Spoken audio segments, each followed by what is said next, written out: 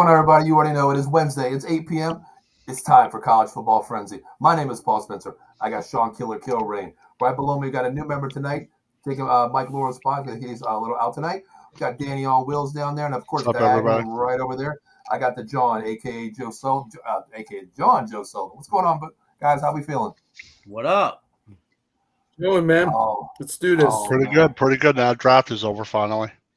Yeah, the draft is over. We saved the best for last. It's our division, NFC East in the house, the beast of the East. You know, it's time to talk about it. So how about we begin this shit tonight? And as the banner says, NFC East chat, let's let the shit talking begin. So who's up first?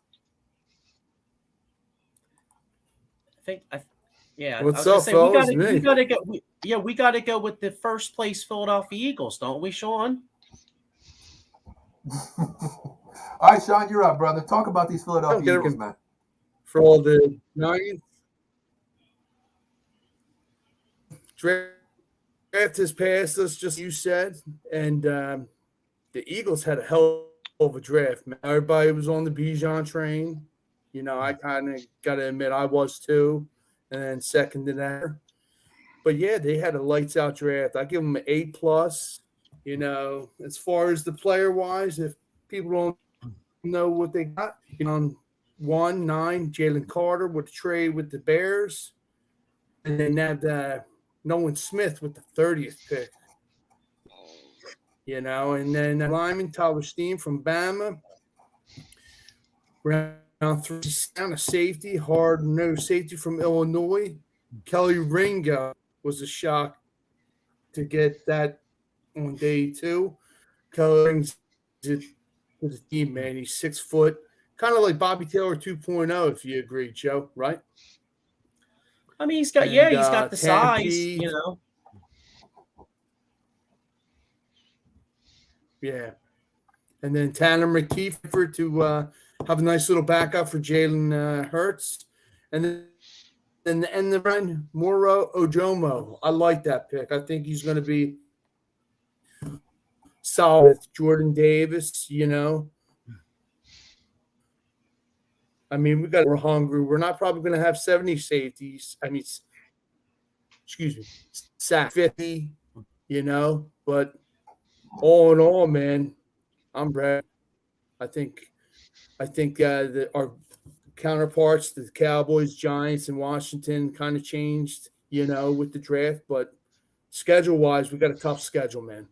You know, it's going to come out May 11th. So I'm looking forward to that, to see who we play at home and away, you know, and see what the side the new defense coordinator is going to get. What do you guys think? Go ahead, Joe. TJ says, Sean, it seems like you're lagging a little bit there. Yeah, it was lagging on my end too for you. We're cutting it out on words, but we heard what you said. But go ahead, Joe. Answer that question.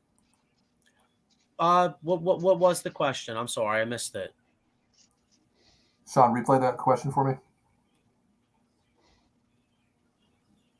Was it about Sean Desai? I said, what do you think as far as the Eagles? How you think they're going to?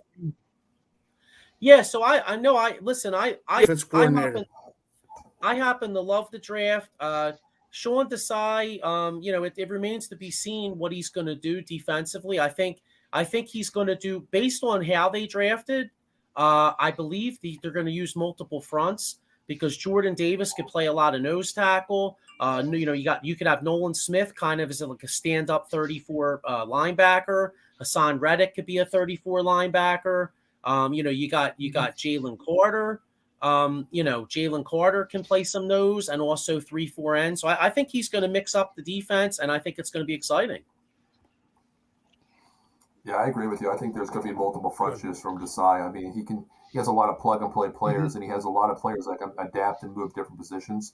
The front seven is just going to be your strong point this year. I mean, even though you got Slay and Bradbury as well, this front seven is going to be something nasty. And I think people are going to be surprised of how this defense is going to look. They're going to pin some ears this year, and they're going to get pressure with that front seven. You know, speaking of the front seven, Joe in our chat, Joey Woods just put out there that Baltimore is actively looking to trade Patrick Queen, the linebacker, and the Eagles are rumored to be one of the teams. The Eagles are rumored to be one of the teams interested. And he would make, I mean, I guess it depends on the compensation, but I know they got Nakobe Dean. The linebacker position is something the Eagles could look to upgrade a little bit because they got Nakobe Dean. They went out and signed Morrow, who's decent, but he misses a lot of tackles. So I could see Howie possibly trying to get another linebacker. Mm-hmm. I agree. I mean, I seen it this morning when they declined his 5th-year option, so his name was put out there right away.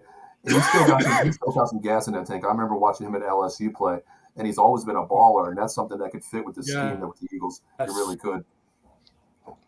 Yeah, I've got a comment here. TJ says Jalen Hurts, Mariota, McKee, which is one of these is not like the other. Oh, I know. One's not like the other. That's got to be a trick question, right? So that kind of surprised me a little bit, but I think that's one of those. They didn't take him until late in the draft, and I think it's one of those things where I was reading about him, and coming into the year, he was looking like he was going to possibly be like a 2nd-round pick, a 2nd or 3rd, a little more highly rated, and 6. Yeah, and he was picked in the 6th round. I think that was clearly one of those. Hey, this guy's in the 6th round. We think he's got some upside. Maybe he could be a 3 to 4 year backup for Jalen Hurts, even though he's not the same style. We like his talent. Yeah, I mean, I look at it as my situation, just like with Dak Prescott and Cooper Rush. I mean, you have vanilla versus chocolate. Not in that way, but totally. Not that way. You know what I mean? Not in that aspect of scheme wise, but I think it is solid because you look at USC. You had Slovis out there. We thought Slovis was the next best thing at USC, and then you got this kid here. I like the kid. I think he has an upside too. His size, he has a good arm, but sitting behind what he did out there in that conference. I don't know. At Stanford, they had a bad year. They really had a bad year. He might have looked better on it and with a different team, though. Honestly, true. Yeah, I mean, from what I've seen, I mean, he might have Stanford may have a bad year, but I mean, he has a hell of an arm. So yes, he does. Yeah, 6'3" too. My God. Yep. And the things with Stanford too, they don't really use the wide receivers a lot. They love their tight ends. I mean, they don't throw the ball deep. But when he threw the ball deep, he was very accurate as well. So, hey, listen, if you've got a solid backup for 3 to 4 years, you've got him under a 4-year contract when you sign him, it's fine. Mariota, I can see moving on because Mariota still wants to be a starter somewhere. This kid, he wants to sit there and just play ball, learn the game. Why not? You're sitting behind Jalen Hurts, be the clipboard guy for 3 or 4 years. Why not? It's worth it for a late round pick. It's sure worth it. You get backup that's cheap. That's not expensive. Yeah, and TJ says maybe Howie can just think about developing him and trade him for a 3rd rounder. That's what I was thinking. Trade him. Knowing Howie, never going to throw a football, but he might get a 1st rounder for McKee. You never know with Howie. Yeah, you might. Hey, Paul. You know who he's competing with, right? Who was that? You know who he's competing with for the 3rd job? No, Ian Book. Oh, screw McKee. Ian Book. Hey, I got to represent my Notre Dame guy somewhere, right? Hey, why not? It's kind of hard for me to say this, but here's my thing, Joe, with the Eagles. I've met DeAndre Swift a couple of times because my son went to high school with them back as prep. And, man, Ian Book, DeAndre Swift, man, I don't know, man. I got a little soft side in me right now for these Philadelphia Eagles, man. With the hometown people that I've watched grow up, Oh, man. Yeah. It's a hell of a move by Eagles. Got DeAndre Swift also. That's another point with the Eagles. Yeah. Man. I mean, going off topic real quick, we did the live draft show when Jamar Gibbs went to the Lions. That told me something. Just like we all said, Swift might be on the move. Yep. But honestly, who would have thought it would have been to the Eagles? Who would have thought, honestly, in your really right frame of mind? Did you, Joe? Well, they're a running team. They're a real good running team, so they're one of the teams that would want another running back. Sanders didn't have a great year, but they didn't use him as much. But I think it's a great move by them. Could never use it as the running back position. Yep. So who's the odd man out for this Philadelphia running back committee? Probably. Are we talking all 4? Probably Trace. I mean, it's going to come down to Trey Sermon or Boston Scott, and if Sermon beat Boston Scott out, we'll just call up Boston Scott when we play the Giants. Yeah, Boston Scott's probably going to be the odd man out. Is my guess because I think Sermon's got a little more talent. Not that Boston Scott isn't solid; he's a good backup, but I think he's probably going to be the one that's left out. But we'll just let him chill until we play you guys. Well, 'Cause Boston Sherman Yeah. has Scott plays like the Giants. Yeah, right. He always does something against us for some reason. We just never stop him. It just so he always kills us. He's not the best guy. I see how. Yeah, we're going to cut you, Boston. We're going to put you on the practice squad. Yeah, We have the rights exactly. to you. Yep. But here's the thing. yeah. We play the Giants in 4 weeks. We're going to sign that 10-day contract to come on back. You know what I mean? Yeah, exactly. Why not? Why not? Yeah. Well, let's finish up with the Eagles here. I mean, what else we see? Joe, I know you're a diehard Eagles fan. I'll let you have a time too, talk about your team. What do you think? The draft was an A+ in my eyes as well. Is there anything that you need to address in the offseason here? What do you think? I mean, you're loaded right now. What do you see in the offseason? OTAs are coming up. So what do you say? Okay, well, I'm the linebacker. I'm a little concerned because, like I said, Morrow misses a lot of tackles. Nakobe Dean is everybody just assumes he's going to come in and play well because he played well at Georgia, but Nakobe Dean is extremely small, so I'm a little concerned because Last year, Trey Edwards, what's his face? TJ Edwards, I'm sorry, had some decent size to him, and he was good against the run. Well, Nakobe Dean is small. Morrow's small.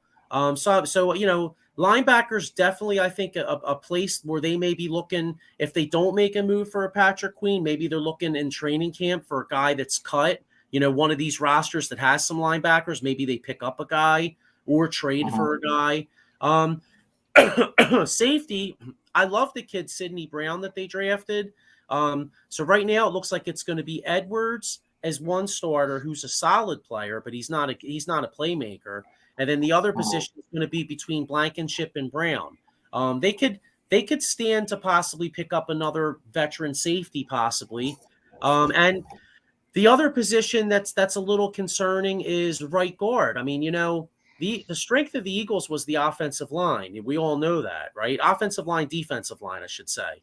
And Sayamalo didn't get any publicity, but he was a hell of a player. And I think Eagles fans are kind of sweeping that under the rug a little bit because the O-line coach is so good. But Sayamalo was a really good player, and I'm not 100% sold on Juergens at right guard or this rookie or Jack Driscoll. So that they may have that could be a little bit of a downgrade there. Mm-hmm. Yeah, I agree with you. There's that point right there as well. Yeah. What do you see about the Eagles, real quick? I think the Eagles I think their defense is actually going to be even better than it was last year. I know they lost Gardner Johnson, but the draft they had was really good. Okay. And facing their front's going to be really, really, really tough. And also them getting Swift, especially for us, makes it a little tougher to stop the run. So I think the Eagles are going to be really good. I think they did a great job. Howie always does a great job, and unfortunately they're in our division, so it's going to be tough, really tough. The Eagles, I think the Eagles are going to have a real good year, probably win the division again. I see the same thing. I mean, when you can get an Eli Ricks undrafted, not even in your draft, that tells you a lot how deep this team's going to be. They're crazy deep. I think that's a steal, Eli Ricks. I love watching this kid play, So, yeah. I don't know. I hate to say it. I think the Eagles are still the cream of the crop of the division. I think so. They've only boosted their roster to get better. The defense is going to pin people back this year. Slade Bradbury back there as well. I think this front seven is going to put pressure on so many teams where you better. The game is always won in the trenches.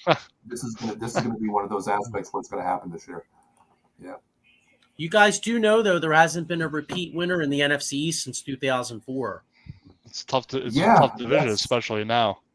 Yeah, I mean, let's talk. We'll talk about at the end of the show. We'll give our predictions, but that's going to be one of the questions I want to ask you guys at the very end of the show. Remind me, because I'm getting old. Just remind me of the question I want to ask you guys. So we'll talk about that real quick. But let's finish up with the Eagles here. Anything else with the Eagles that we can talk about? So, what do you think the record's going to be this year? That's about it. What do you think the record's going to be this year? I'm going to say 14 and 3. 14 and 3. All right, Joe, what do you got? 14 and 3 from Sean. Yeah, unfortunately, I would love to say that. I think the Super Bowl hangover is real. I'm going to say 12-5 because the schedule is really tough. Right. I'm going to say 12-5 also. They'll That's still where win I the think division, I'm but I gonna think be 12-5 is realistic for them. Yeah, A little I'm tougher gonna go schedule. unanimously. I'm gonna say 12-5 to 2. Come I mean, on, it could Paul, be. 14-3. Come with me. I can't jump on that boat, brother. I can't jump on that boat. Yeah, I mean, sorry. I would love maybe to, Sean. I would love to, Sean, and believe me, you know, I know. the Eagles have a lot of talent, but and you know I'm a diehard Eagles fan, but I always have to keep it 100. I mean, the Eagles did have a much easier schedule last year. You know what I mean? So it's now you're playing that number one division schedule, so it's cream of the crop. Exactly, So I mean, it really depends. Once May 12th comes out, we see the scheduling. What weeks here, what weeks there, back-to-back games. That could be a play too. I mean, that a lot of people don't understand. That could mean 1 or 2 games in a schedule-wise. It can. You get a tough game. NFC East, you playing a gauntlet, 3 teams in a row. Hell, any team can win one of those games. You never know in our division. So it's Thursday hard, games, short weeks, that type of thing. So I'm going to go 12-5 as well. Yeah, last year we played the AFC South. That division sucked. The only team that was good was the Jaguars. Now TJ is, I think he's, jumping Sean's bandwagon there. I mean, not a bandwagon, but he drank the Schuylkill water real quick down there. So he's saying 16-1, only loss will ever be to the Jets. I don't see 16-1. I can't see that. I mean, damn. Yeah, I don't see that, but I think they'd be pretty good. Hey, I'll take water, it. TJ. Bottle up and sell it, baby. You'll make a fortune. Schuylkill water. Yeah. Hey, I hope the Jets are good for once. I've had tickets for them since 2017, banking on them being good, and they've sucked they haven't sucked every year, but they've it hasn't done anything yet. So did you speaking of the Jets, did you guys see that Twitter video of their GM in the ticket sales office? Did you guys see that? I missed it. It is so funny. Like, if you get a chance, go to the Jets Twitter account. It's like a 5-minute video. It's just like a fast forward times 10. The ticket office is like taking calls. Okay, and they go and ring the bell. Every time a new season ticket holder, they ring the bell. And these son of a bitches were running back and forth. They sprinted a mile, put it that way. And their ticket sales have gone up, Joe. I think this year you're going to be making your bank back plus some, Yeah, but, I mean, Eileen says, they signed Randall Cobb today too, Now, my thing is, who the hell's, honestly, let me ask you this real quick. Speaking of the Jets real quick before we move on. Is there anyone else that Aaron Rodgers can call Green Bay and say, I want them on the team? Is there anybody else that he needs or anybody else that he wants? I know. I know, right? He's basically making it Green Bay East. Like, he has so much power to just say, I want him. What's that? It's crazy. It's crazy. LOL, Randall Cobb, Alwood, Packer, old folks. Yeah. Hey, but still, listen, don't sleep on Randall Cobb. I mean, he has chemistry with Aaron Rodgers. He can make anybody great. That's all he needs is to be a third down, just I go to the sticks type of guy. So you never know with these kind of guys. You know what I mean? But Sean, where do you want to go next? You can pick who you want next. Yeah, Joe. You start with those.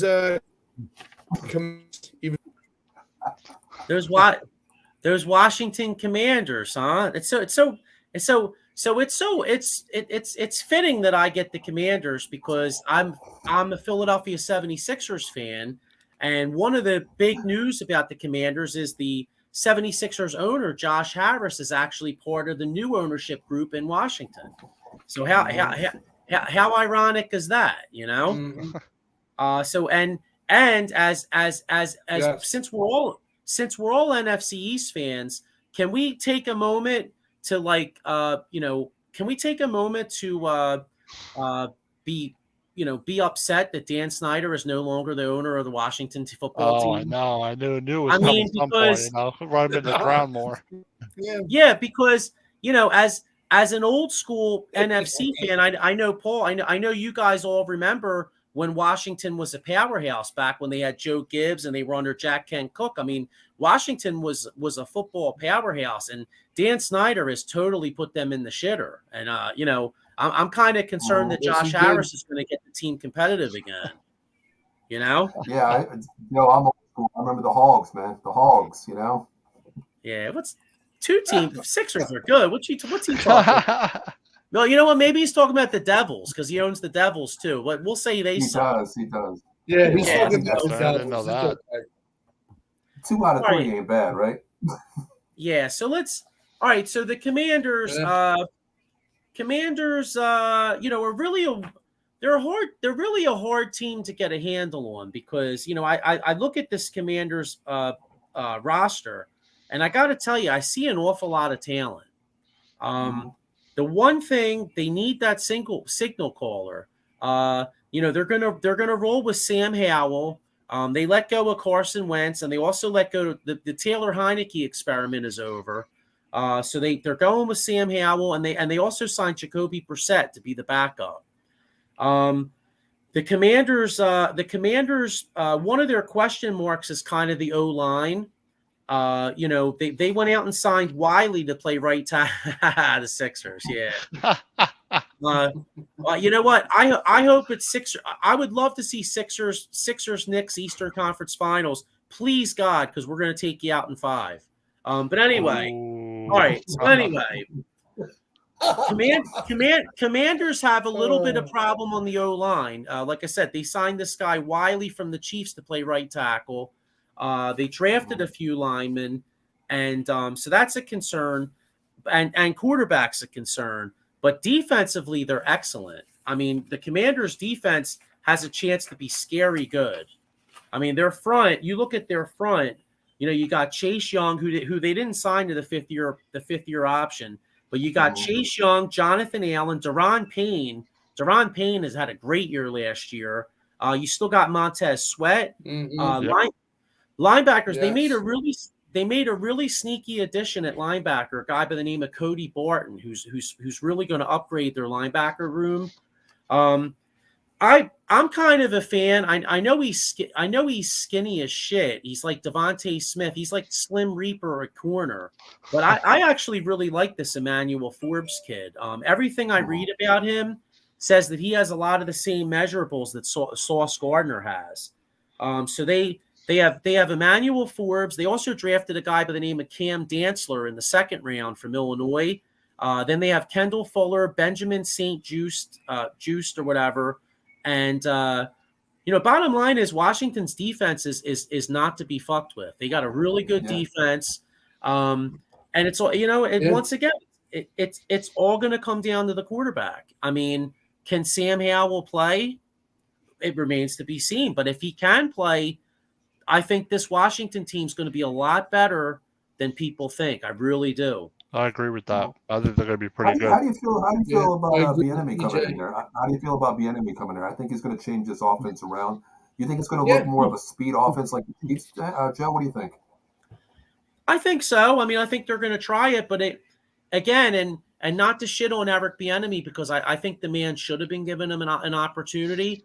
But let's keep it real, man. When you're calling plays, there's a hell of a big difference between calling them for Patrick Mahomes and calling them from Sam Howell. So we'll really get a look at what he does. Yeah, TJ, Eric Bieniemy from the Chiefs. Yep. Yeah, but I mean, like I said, I'm this Commanders team. I mean, they beat the Philadelphia Eagles last year at the link. They're the only team the Saints did it too, but I don't count that because that was Gardner Minshew. So really, in my eyes, the Washington's the only team that beat us at home. And they got a nice team. Looking at their schedule, other than the division, they have the Dolphins at home, Buffalo at home, Arizona at home, San Fran at home, and Chicago at home. And then on the road, they have a tough road schedule. Well, partly tough. At Seattle, that's a tough one. At the Jets, that's a tough one. New England, Belichick's always tough to beat at home, so they're at New England. At Atlanta, at the Rams, I like Washington in both those games probably, and then at Denver, we'll see what happens with Russell Wilson. So it's it's hard to say, man. Like I said, you tell me Sam Howell can play a little bit. I see this Commanders team winning at least 9 to 10 games. If he can't play, what are we looking at? 6 or 7. You know what I mean? Yep, 7 and 10, 6 and 11. It's really hard. It's really hard to say because they got a lot of good football players on that team, man. They really do. Yeah, I agree with you. I think it's going to come down to Sam Howell's quarterback play. I mean, I'm just going back to the game where he played the Cowboys last year. He played pretty damn good in that game. Solid reads, good instincts on the ball, made the right decisions, managed the games. Yeah, in the pocket, knew how to climb the pocket, get out of the pocket. So he has the tangibles to play the game, and I think it's going to be, the X factor. If he can play good, manage a game with a solid defense like that, they could be, a 10-7 team. They really could be. But vice versa, they could be that 6-11 team too. You never know based on quarterback play. It's really all they were missing. Yeah.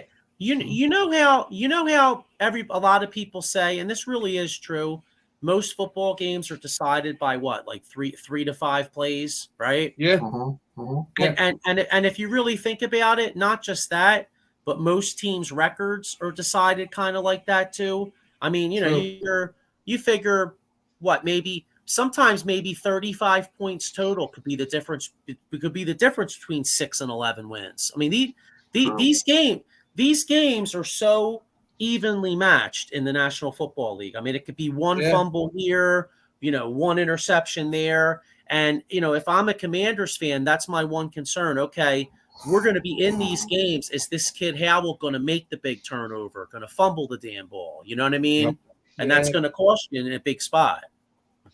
Yeah, I love what you say about that. Is the NFL games last year, they were so close. I go back to the Buffalo Bills Vikings game. One stupid bonehead play puts you right back into the game. And the whole season's a wash if that play doesn't happen. I mean, Minnesota doesn't, get that outright win there. Buffalo could have home field advantage almost throughout the playoffs with that win right there. If you look back at that one bonehead play. But yeah, I mean, it's hard to say, but what do you think the Washington Redskins I said it again. Commanders, I'm sorry. Their record's going to be this year, Joe. You're going to stick with around 10, or are you going to go with Sam Howell? No, because I'm not a believer enough in this kid. I mean, all right, looking at this schedule, if Miami at home, if Tua's playing, that's a tough. That they could lose that game. Buffalo at home, they could lose that. San Fran at home, they could lose that. That's 3. They're going to lose at least 1 to Philly. That's 4. You guys are going to beat them at least once, maybe twice. That's what, 5 or 6. I think the Giants beat them at least once. What's that, 7? And then I didn't even get to the road yet. I mean, you got at Seattle, at the Jets, at New England. Yes. I'm gonna say they're going to be like about 7 and 10. I'll give them 7 wins somehow, just based off their defense. Okay.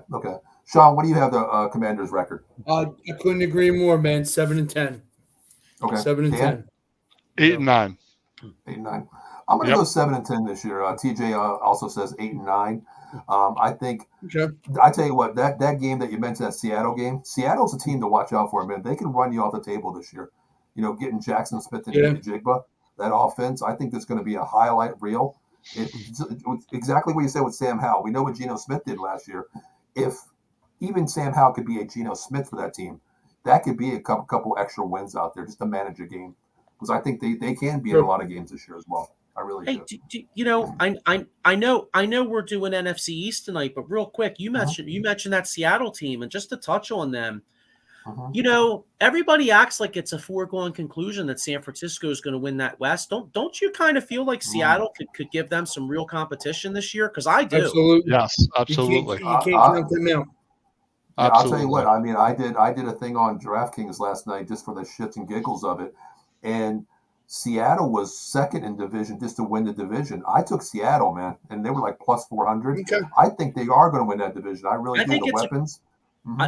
I got to be honest with you, Paul. I think that's a great bet. I really do, because you look at, what's the most important. I mean, as good as San Francisco is, what's the most important position in the game? It's the quarterback position, and I trust Geno Smith right now. And I never thought I'd say those words a year ago, but I trust Geno Smith a lot more than I trust whoever San Francisco is putting out there. I mean, yeah, with San Francisco, you got a quarterback carousel. We know you have good quarterbacks out there. Purdy, you got Darnold out there. Who else do you have out there? Trey Lance. Trey Lance, yeah, exactly. Coming off the injury, but I'm gonna put all my coins in Geno Smith's basket right now, because the way he's played Why not? And he went out and got probably arguably the best wide receiver in the game in the draft in Smith and Yeah. Jigba. Why not? Let him run with it. Let him go with it. Have fun with it. They gave him a 3-year contract. Even the running back. Exactly. And they got Zach Charbonnet as well, didn't Charbonnet. they? Exactly. Yeah, that's a good Exactly. pick too. Yeah. Very Him smart. and Kenny Very Walker. smart pickup. Absolutely. Yep. All right. So, I mean, I agree. I think the Commanders are going to be, last in division. They're going to be under 500 team. If they play well, they could possibly be hovering around 500. So, all right, Joe, where are we going to go next? Real quick. Well, you pick the team real quick next. Let's move over to we'll let you go last. So let's move over to the Giants. All right. Well, how about before we do that? How about we talk about one of our sponsors here? Dan, I know you're a big fan of this one, so you go right ahead, brother. Monkey Cold Coffee, the evolution of flavor-infused coffee. They produce a astronal gourmet, specialty flavored coffees, including bourbon-flavored chocolate-infused coffee. Also, other unique flavors. They also have a toasted coconut rum they just came out with.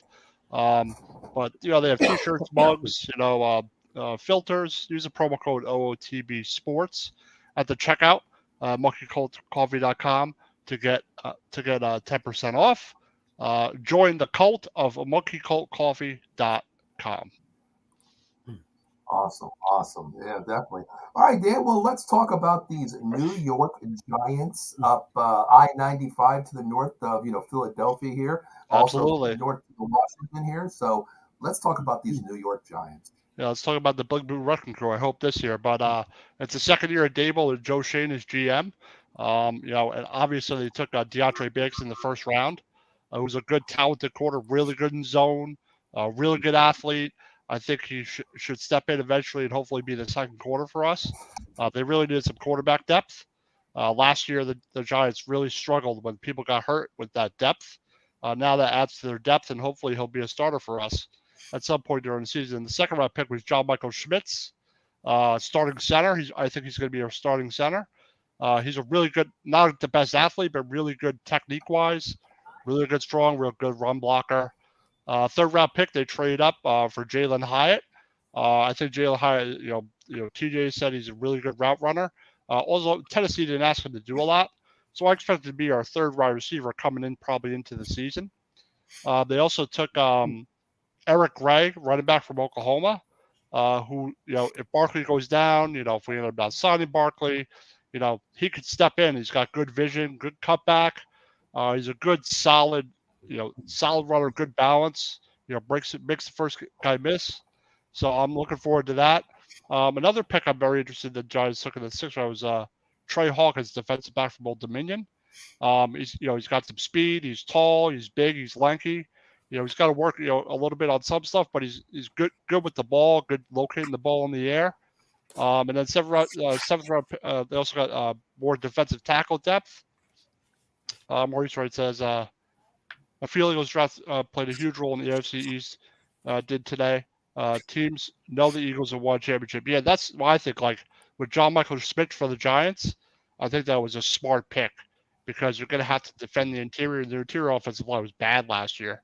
Also getting the quarterback with the receivers you got to face, Washington, Dallas, Philadelphia, you have good receivers, as you guys know. You both know that. It's a tough division for secondaries. But they had a defensive tackle depth to Jordan Riley from Oregon. He's good at disengage, good with his hands, quick off the ball. So hopefully he'll be a good piece for our depth. Even though the Giants have Leonard Williams, Dexter Lawrence, Nacho from Tampa Bay, and they also have the other guy from the Rams. I forget his name at the moment. And then they got Javarius in safeties from Houston. Good ball location, plays the ball well. Needs very recognition, but it's just more depth. But those later picks, you don't know if they're going to make it. So, the Giants had a good draft, and I think they got some good pieces. They still need probably another linebacker, probably more interior offensive lineman. But I like what they did in the draft. What do you guys think about their draft? Well, let's bring up a comment real quick. TJ Sure. says it's all about Danny Dimes. Who's he going to throw to? Have they done enough with Jalen Hyatt being probably your true number one now as a rookie? I think they've I think they still need another receiver, but if you look at the receivers they got, their wide receiver room is pretty large right now. They have like these are the guys they have right now, wide receiver. They have Isaiah Hodgins, who I expect to be a 2 or a 3. Paris Campbell from the Colts. Wendell Robinson, who's our slot guy, probably our best slot guy, coming off an ACL. Shepard's coming off an ACL. You have Darius Slayton, who's probably going to be on the roster. You have Jameson Crowder, Jalen Hyatt, and then you have other guys like Colin Johnson, who's like 6'6", 220. He always gets hurt. He's kind of a practice squad guy. They have Jeff Smith. So I think they've done a good amount. And with Waller, adding Darren Waller, that's a player to look out for. That's another weapon they have. So they had Hyatt and Waller to Slayton, Hodgins, and I guess Paris Campbell will be our second or third. Yeah, exactly. Campbell has a lot of speed. Isaiah Hodgins kind of is like a possession guy. Wendell Robinson, he's just a slot guy, but he's pretty solid. Shepard, I don't know if he's going to stay healthy. Slayton's got some speed. Hyatt's got some speed. I think those top 6 guys are probably going to be a receiving core. So they had a lot of depth, and they have 12 receivers right now, so they're not going to keep them all. So I think they've done enough weapons-wise, I think, for now. I think so. Okay. I like Paris Campbell. I think that was a sneaky good signing for you guys. Yeah, he didn't cost that much. I think that kid can play. Yeah, I think it's a smart sign. I mean, they had so many guys go down the receiver room last year that you want to just get as much depth as possible. Yeah, Bryce Ford Wheaton, a 6'4", runs a 4.38. Pretty tall receiver. He didn't get a lot of playing time, but he's got some good potential. It's undrafted free agent they got. So they're always looking to add wide receivers because they were just so bad at the position, and it's going to be a totally different wide receiver besides Hodgins, Shepard, Robinson, and Slayton. Everyone else is new. Hey, speaking of Any of receivers, the undrafted free agents? Go ahead, Joe. no, go ahead. Go ahead, Sean. I'm sorry. You think any of the undrafted free agents will crack the roster, Dan? I think Francis Ford Wheaton is one that might crack the roster. I haven't really watched all the film on all their undrafted picks, but they may have a couple there. Especially at the linebacker position. But they have so many linebackers also. Yeah, the linebacker room is they have 10 linebackers. They have Thibodeau, Ojolari, Ward, Tommen Fox, Ellerson Smith, Zimenez, Okereke, who's one of the key acquisitions they got. McFadden, Jared Davis, Beavers, Carter Coughlin, and Cam Brown. So they got a lot of linebackers in there. So I think that the Wheaton at wide receiver might make it. What's up, Mike? What's going on? Hey, Mike. I think he's gonna be more of a practice squad guy right now. I mean, the only benefit that he has is that speed and that size. I mean, that's something the Giants do need. That's where he maybe can crack him at 53-man roster. Maybe, but right now I see him. But it's a crowded wide receiver room. He has to work his ass off to get to there. It's very crowded. That's the thing. I think they just, if they keep on the practice squad, maybe a guy goes down. They've had a history of guys going down all the time. So, for wide receiver wise, I think they did well. I think they got a center finally. Hopefully their guards will have Bredesen at one guard. Gates is gone. So they got to find a right guard, but I think they'll be okay in that regard. Hopefully, because facing the Eagles, the Dallas, and Washington's fronts, it's going to be tough. Hey, I know the wide receiver room is crowded, but has there been any rumors with the Giants as far as a guy like a DeAndre Hopkins? I've heard rumors for DeAndre Hopkins. I heard rumors for Diggs before. There's rumors all over the place. I don't see Buffalo getting rid of Diggs. Definitely Hopkins is definitely out there. But Hopkins is older. Let's see. TJ says if Daniel Jones continues the same path as last year, the Giants could be there. He took a massive step forward protecting the ball from last season. That's what I like about Jones. I think you got him Waller, you got him Hyatt, you got him Paris Campbell. So the wide receiving core and the weapons should be a lot stronger this year. So he has no excuse not to have better statistics this season. But it all depends on Jones, just like Washington. If Jones doesn't play well, then they're going to struggle. But I think he'll be all right in the second year in the offense.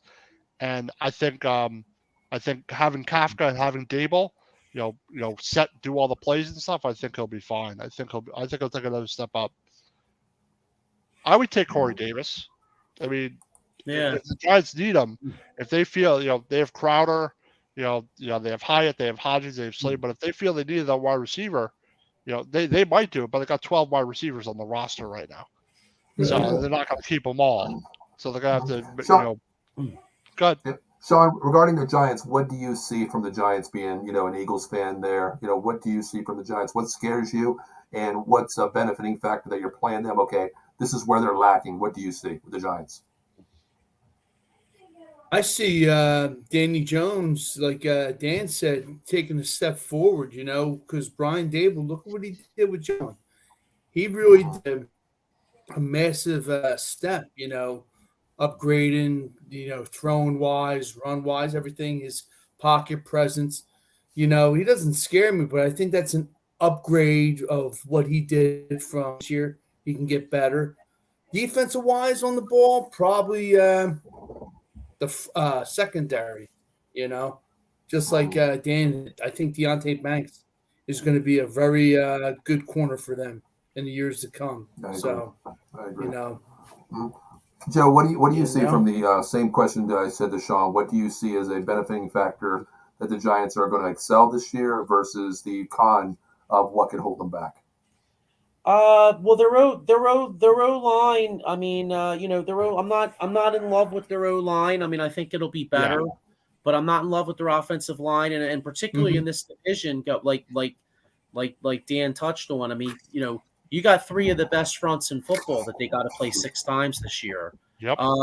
But I'll tell you, the Giants pass rush is borderline elite. I mean, Leonard Williams had a great, a good year last year. Thibodeau's only going to take another step. Dexter Lawrence. Lawrence especially. That I said Leonard Williams, but I was thinking Lawrence. But yeah, Leonard Williams is pretty good. But yeah, Lawrence is the guy I was thinking of in my head. I mean, he's a hell of a player.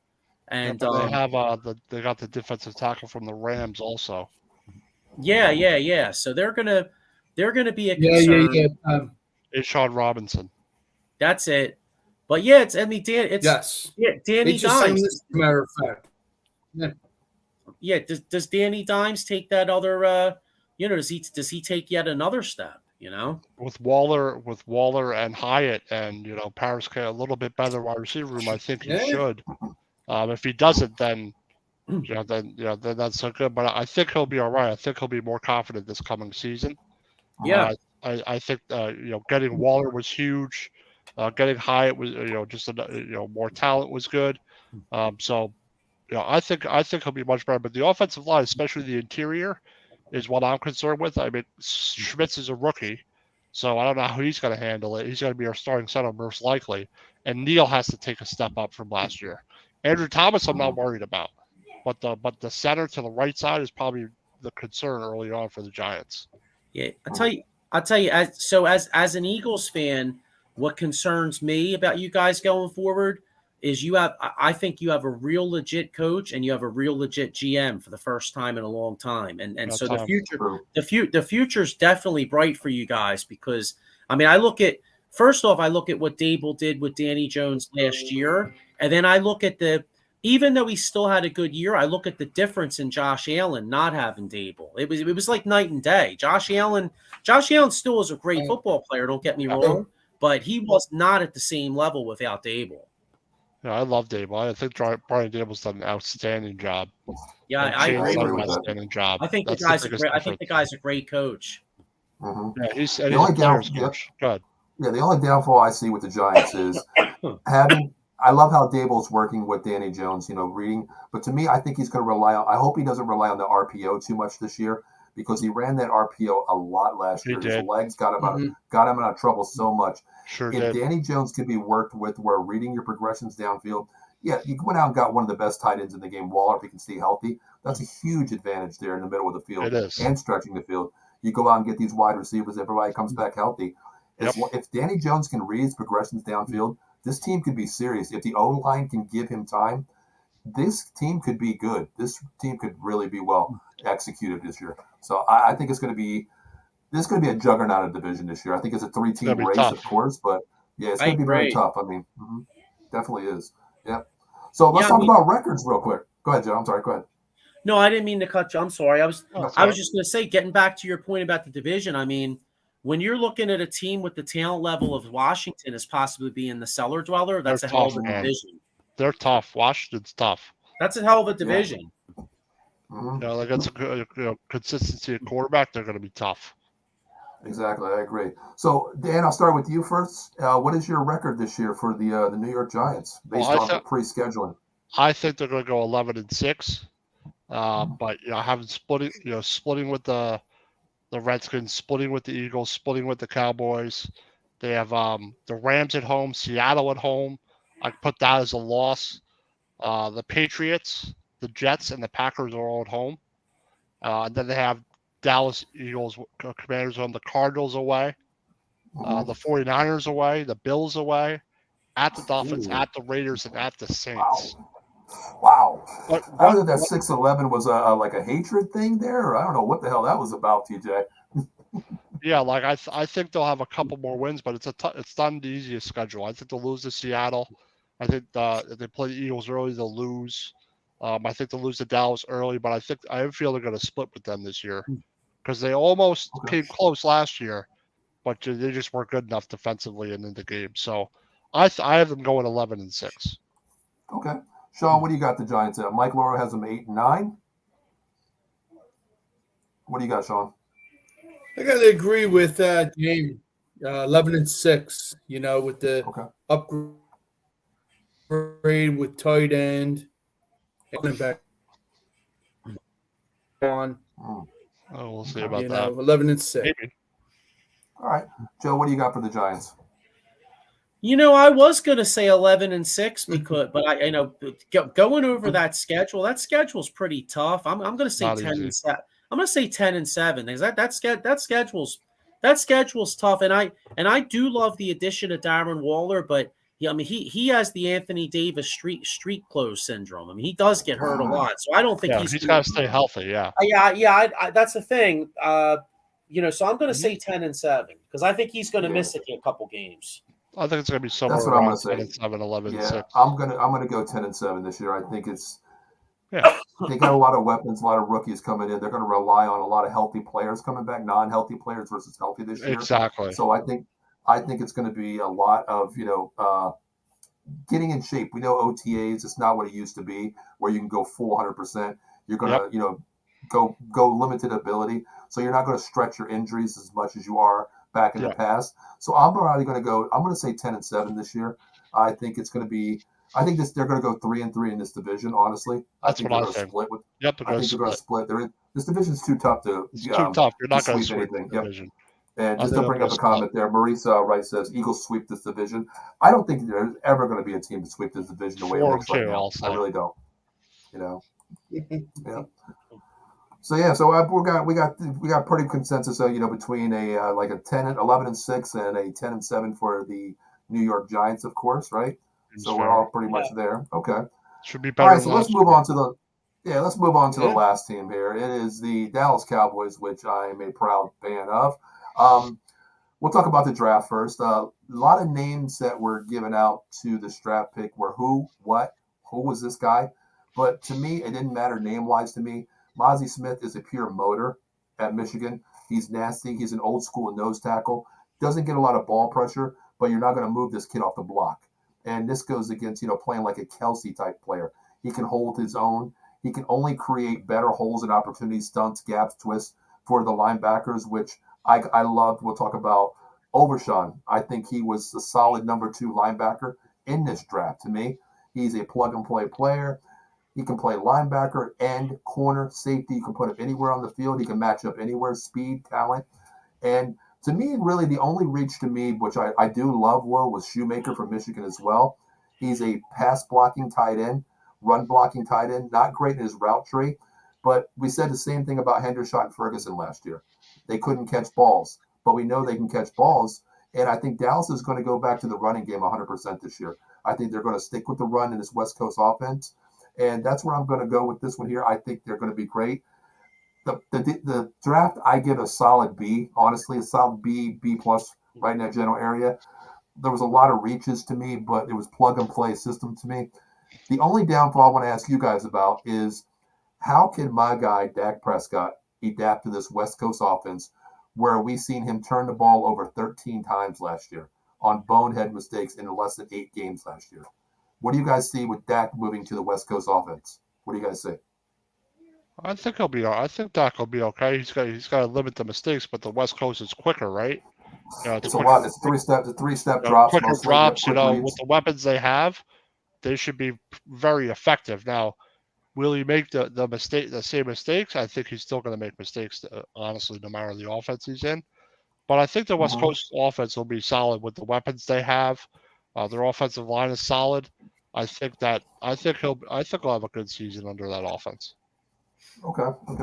Joe, what about you? What do you think Dak can actually adapt to this West Coast offense? Something he's never played because he's always had to get out of the pocket, scramble a little bit. What do you see? I think he can. And one of the things we have to remember about last year is, Dak was injured. I mean, not to make excuses for him, but it is a legit excuse. I mean, he missed about 5-6 games, and then he came back, and sometimes that gets you out of a rhythm. And I think he came back a little early, didn't he? Didn't he come back a week or two earlier than he could have? Yeah, they were saying he was supposed to come back a week after the Eagles game actually. So he came back like a week and a half, 2 games actually early. Yeah. So I just don't think he ever really got ever really got in rhythm, and I think you guys really hurt him by getting rid of Amari Cooper. I think that hurt a lot more than maybe Dallas management was thinking. Yeah, especially, I mean, to me, I love Amari Cooper. He's one of the most physical wide receivers. People don't like him. I love him as a physicality receiver. He can go up and get a ball, and he's not afraid to put that body on the line to bring the ball in. And to me, a lot of people, they didn't realize we gave him up for a 5th-round pick, $20 million off the cap hit there. But that brought in Brandon Cooks to our addition this year, a guy who still has gas in the tank. He can light it up. He can stretch the field, which I think is a solid wide receiver for us. There were rumors last year to him. Price tag was too much. But this year we got him for a cheap price, which I think will go a long way. But to me, honestly, I think the strength of our team this year is going to be the defense. Just like you guys solidified that defense on the back end of your guys, this front 7 as well for the Eagles. I think Dallas did the same thing, honestly. I mean, our front 7, if you think about it, DeMarcus Ware, Mozzie Smith, Gallimore, Armstrong, and then you have Parsons. Now, Parsons moving to defensive end could mean a great thing, which tells me Jabril Cox is coming back healthy. Van Der Esch can play his natural position in the middle because we know he's not east and west. He is a south runner right to the hole, and that's it. Yeah. And then you bring in Overshawn. I think it's a front 7 that could be nasty in this division. I think it's going to be a lot better than we did. That's the reason we went out and got Mozzie Smith.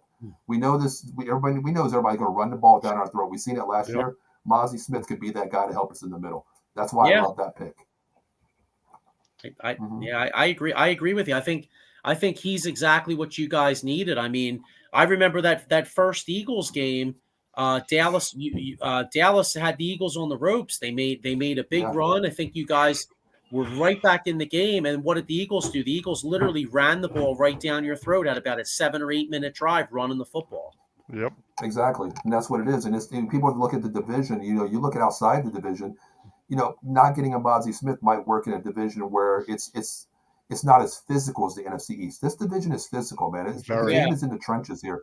So that's why a lot of people look at it. Like a lot of my friends were, texting me saying that was the stupidest pickup you ever had. I was like, well, I guess you don't know what the Cowboys need up front. Yeah. We need an up front guy like that can hold his own. Because you think about this offensive line the Eagles have, top 2 in the NFL, that can run the ball down anybody's throat. And you need some stand-up, big nose tackle, old school guys that can clog that middle. Like you guys have Jordan Davis, Jalen Carter. You're not running on that front 2 right there. You can't do it. We don't have that big guy, but Mozzie Smith can fit that bill. He definitely can. But now I want to ask you guys real quick. Okay, this is what I wanted to ask you. Tony Pollard.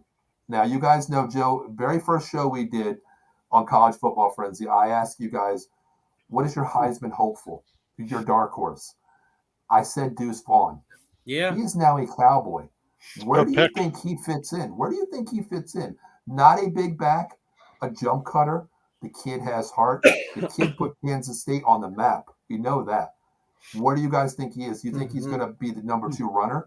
Number 2. What do you guys think? Number 2 right away. Number 2 runner behind Pollard.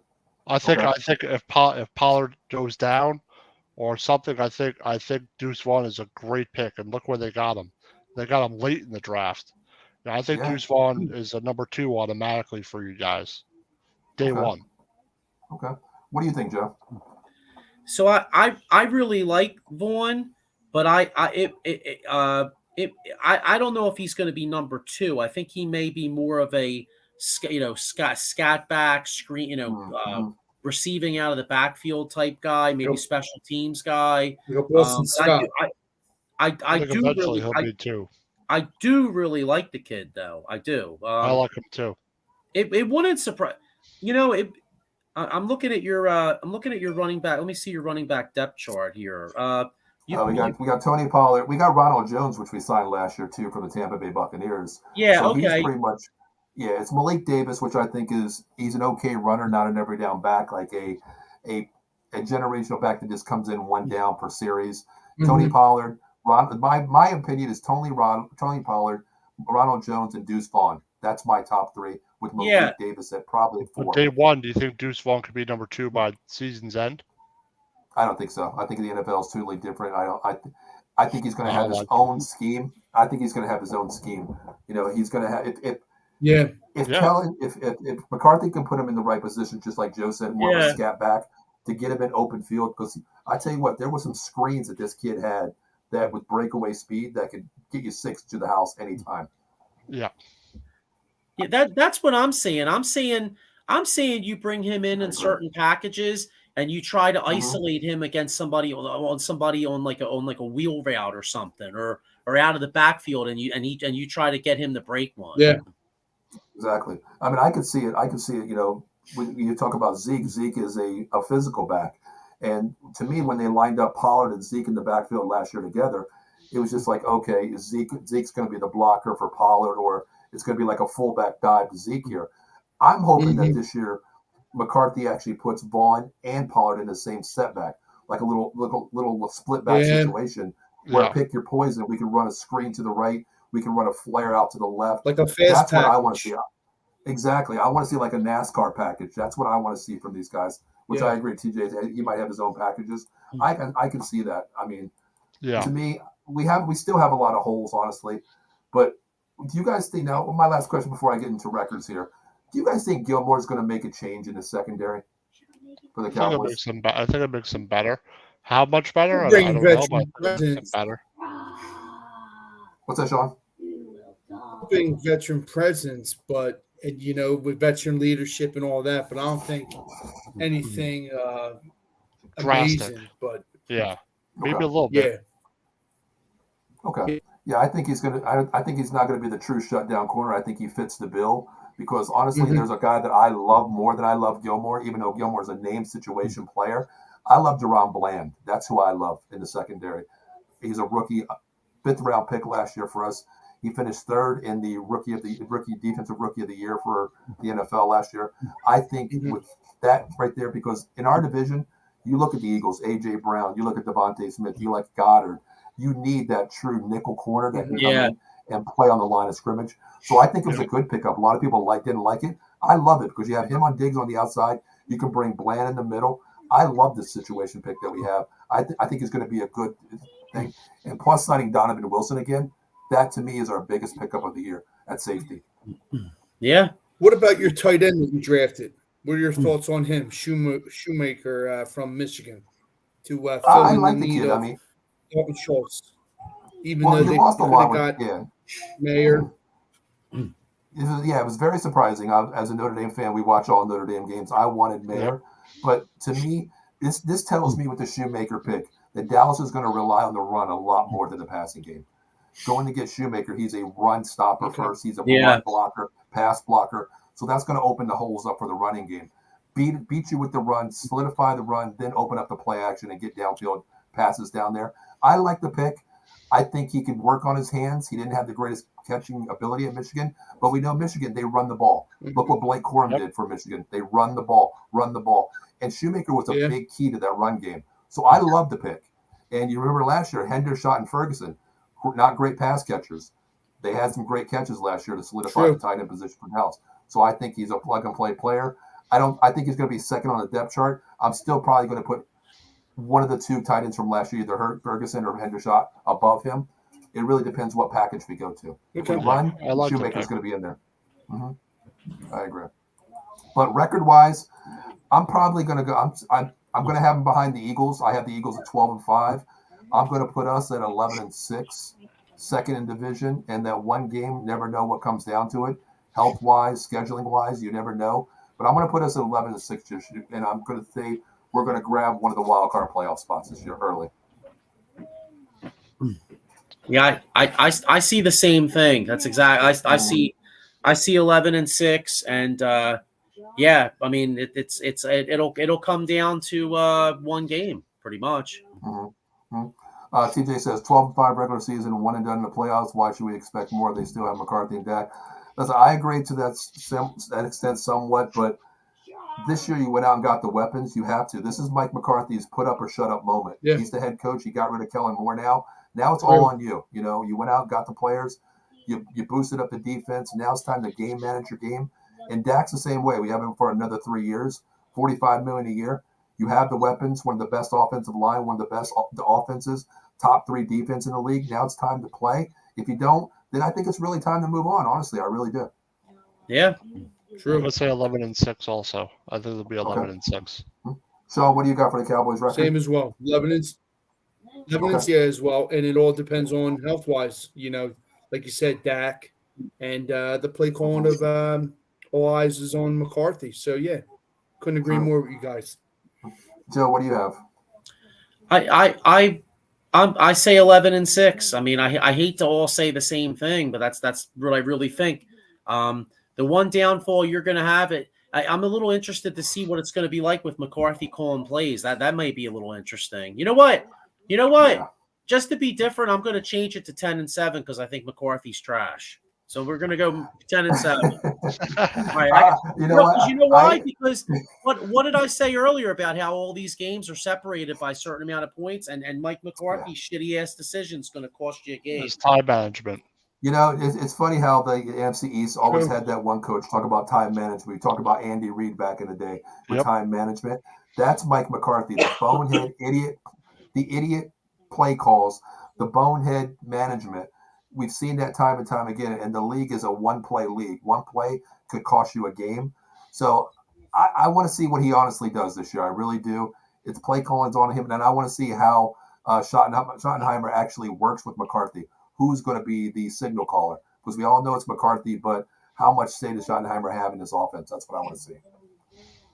TJ, Mike Loro says his predictions are Eagles at 13-4, Dallas 11-6, Giants 8-9, and Washington 7-10. TJ also says, agree, hot seat. It's time for Mike and Dak. I agree with 100%. Wait a minute. Oh, he put it in there twice. Okay. One more. 13-4. No, he just didn't put the 4 on the Eagles.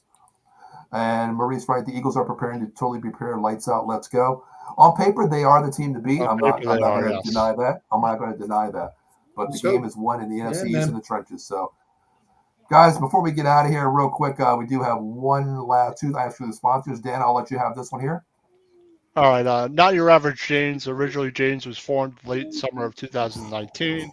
Home base out of Pennsylvania. They're looking for donations and sponsors to help cover travel and equipment for the upcoming year. Any donations would be greatly appreciated. Contact Ken Fry, host of the Backhaven Vegas Sports Scene, or directly, or Paul Spencer on Out of the Box Sports if you'd like to donate to Not Your Average Janes. So if you're looking to help them out, it costs a lot to travel, field fees, equipment, all that. So donate to Not Your Average Janes. Again, contact Ken Fry directly, or Paul Spencer Out of the Box Sports.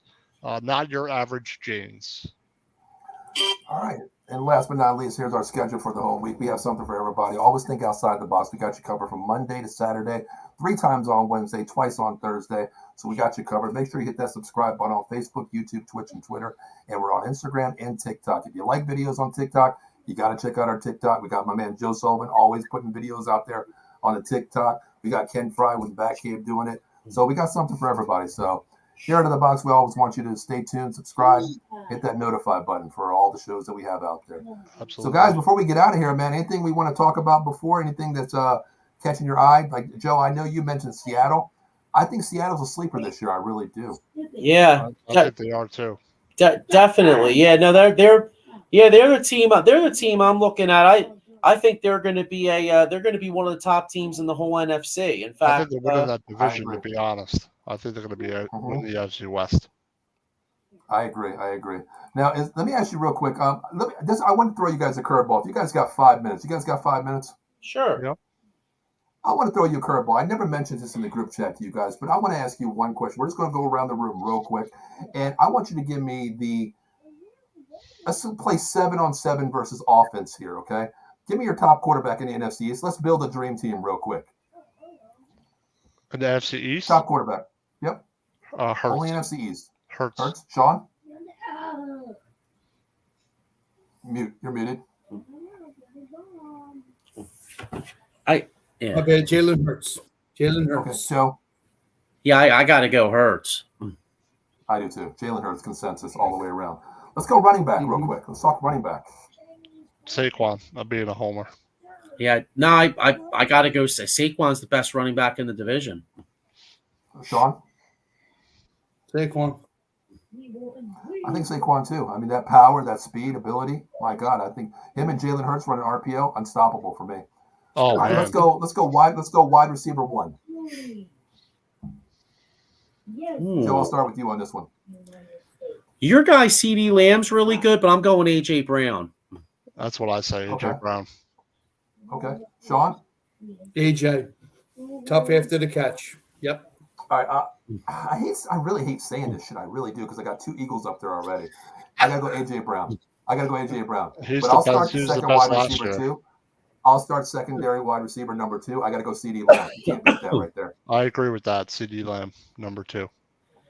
I love Devontae Smith, but I'll go CD Lamb. I actually think CD Lamb's going to have a great year this year because he's up for a paid. I think he's going to have a great year. I think he's really It's good. the audition. It's the audition CD. year this year. We know what that means. Okay. I love this CD team so Lamb far. as well. My God. All right, let's go tight end. I think this is consensus Waller. too. Oh. I'm going Dallas. I'm going Goedert. Goddard. If he's Dallas healthy, he's Goedert. better. Now Scott. Sean, you got Goddard? Okay, I'm going Goddard as well. The only difference there is the Homer Dan over there took Darren Waller, but If it's Waller's okay. healthy, he's the Okay. best tight end in the division. Come on. Yeah, you know what? I If he stays listen. healthy. I love Goddard, but Dan does have a Yes. point because if Yes. Waller is healthy, he is a dynamic weapon. I agree But with that's the question Absolutely. for him. I take Goddard because he stays more healthy. Mhm. That's the only reason I'm Okay. taking Goddard at the moment. But All right, the Waller's- last one. I know we didn't mention 7-on-7 here, but give me your quarterback. I'm sorry, your coach of the team, right quick. Ooh. Yeah, I can only mention 2 Dable. guys. My team sucks over here. My team's out of the question right now. I'm So taking look, Dable being I a know where homer. this is going, Joe. I love Nick Sirianni, but I know he got us to the Super Bowl, but I got to keep it real. I'm going Dable. I think Dable. Dable's the best coach in the division. Yep. I'm going Dable. Yeah. I agree. I'm going Dable as Yeah. well. I like Dable. I think he's I a love locker Dable, room man. guy. Even though Sirianni can control an offense, he I can like control a Sirianni. locker room. I love Sirianni as well, but Dable, just what he did last year, he had me like rooting for the damn Giants in some games, just the way he True. is, honestly. I love Dable. I love Dable. I think he's been great ever since he's been here so far. Yeah, Hopefully it's a good second season. yeah. You know, it's funny you mentioned that, Paul, because I have to root against him because he coaches the Giants, but Of course. But he's kind of a likable guy. I like his Yeah. style, and if he didn't coach the Giants, I'd like the guy. You know what I mean? Like, real. I I really liked him when he was with the Bills. He just Yeah, I did has too. that Mm-hmm. energy. he was Hurts that as he was you want Hurts to play as, for him. he was Hurts as OC at Bama. He was Yeah. offensive You want to coordinator play that year. for him, man. Yeah, He's that. Like exactly. Joe said, he's a likable coach. Yeah, Yep. he wins the locker room. He wins you over. You know, he's the type college recruiter that goes into a kid's house and says, "I'm Brian Dable. Believe my system. Understand my system. Believe in it. I'll get you paid one day." And that's the way he is. People buy into that system, and they bought But into in it. last true. year, I think they'll do it. Yeah. I'll I'll take do better Dable. this I'll year. take Dable as well. Yeah. I'll take Dable as well. All right, guys. Well, listen, Are we going to come back next week? Or are we going to take a couple weeks off for college football frenzy since OTAs are not happening for a while? So how about we take about 2 weeks off for college football frenzy? What do you guys think? Yeah, I think so. I mean, I love talking football, but I mean, there's only so much we can talk about at this point. Nothing's really exactly. Next week we'll talk about mascots. We don't have one. I think we did have a show on that, didn't we, Joe? Yeah, we did. No, we brought it into the show, but not a whole show. Yeah, we put it into. Yeah, I remember we put it into the show. I was like, "What's the stupidest mascot?" And I remember mine, the Stanford freaking tree. The Stanford tree. No, you know what it was, Paul? We were. It was when we were going over the We were going over the bowl games, and I was like, "What the hell is this? The Jackass Flats Bowl or something?" And I was like, "I don't know." Yeah. I was like, "I don't know. Maybe pick the mascot." You know what I mean? I had no idea. Exactly. Yeah. Syracuse orange mascot. Big ass orange. Hey, it's better than the Stanford tree when they're the Stanford Cardinals and they're a freaking tree and there's no cardinal in the tree. Okay, that's some bullshit right there. But all right, so stay tuned for college football friends. We'll be back in about 3 weeks here. We'll talk about we'll flip it back to the college football aspect of the game. I know college football is coming up, so once the spring training comes in, which they already had like their annual, spring game. But when the season gets into, we'll be back talking college football frenzy as well. Listen, guys, we'll be out of here. We'll be back in 3 weeks. All right. So myself, Paul Spencer, Sean Killer Kilrain, Danny on Wheels, Joe Sullivan over there. Joe, I was really surprised you didn't rock a Redskin jersey tonight, brother. I can't. I don't have any jerseys of teams in the division. I just can't. You mean to tell me you don't have a Washington jersey though? Except for that time I had to buy the Romo jersey because I lost that bet to you. That was it. All right, Joe, leave us out real quick. If you can have to his eye. John, here's the last question before we get out of here. Before we play the clip here to get out of here, give me one player by choice, not the Romo jersey because you lost a bet to me. Give me one player from the Dallas Cowboys, one player from the New York Giants, one player from the Washington Commanders, old school, new school, that you would actually be okay to wear by your perspective.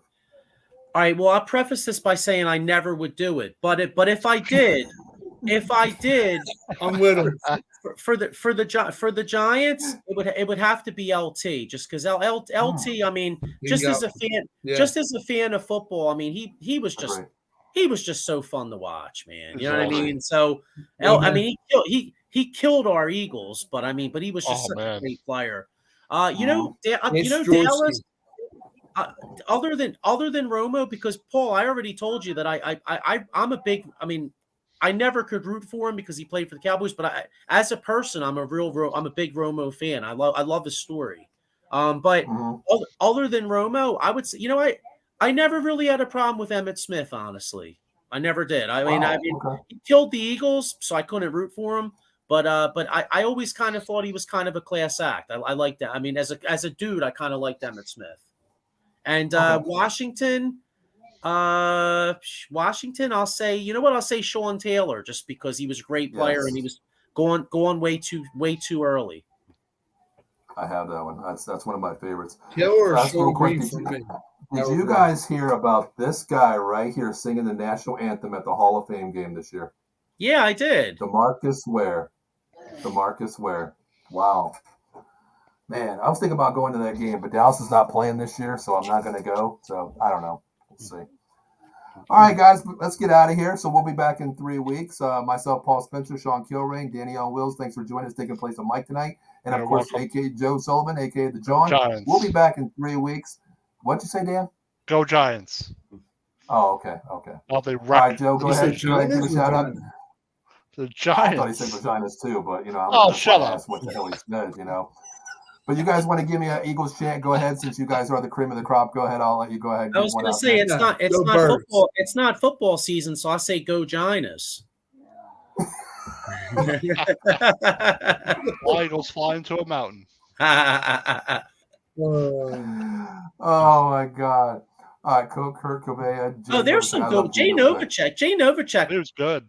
Jay Novacek was annoying. Boy, Sean, remember playing against Dallas? Jay Novacek was annoying as shit. He would always catch those 3rd and 5s. Yes, he would. Hated that. Yes, he was a thorn in our ass. Yep. I He know. was one of the guys back in the day when I was smaller. I used to tell my dad, "Dad, can I get a cowboy hat?" Because he used to always rock that cowboy hat. You know, at his Yeah, after the conferences and game. everything, walking in. Mm-hmm. Yep. Yeah. Like, no, son, you're not getting a cowboy hat. Your agents don't wear cowboy hats. That's what my dad used to tell me. So, never got one. Really? Yeah, he told me that. Honestly, he told me that agents don't wear cowboy hats. So, yeah, I never wore one. All right, guys. So we're gonna get out of here. We'll see you back in 3 weeks, man. Take it Later easy. on. Yeah, man.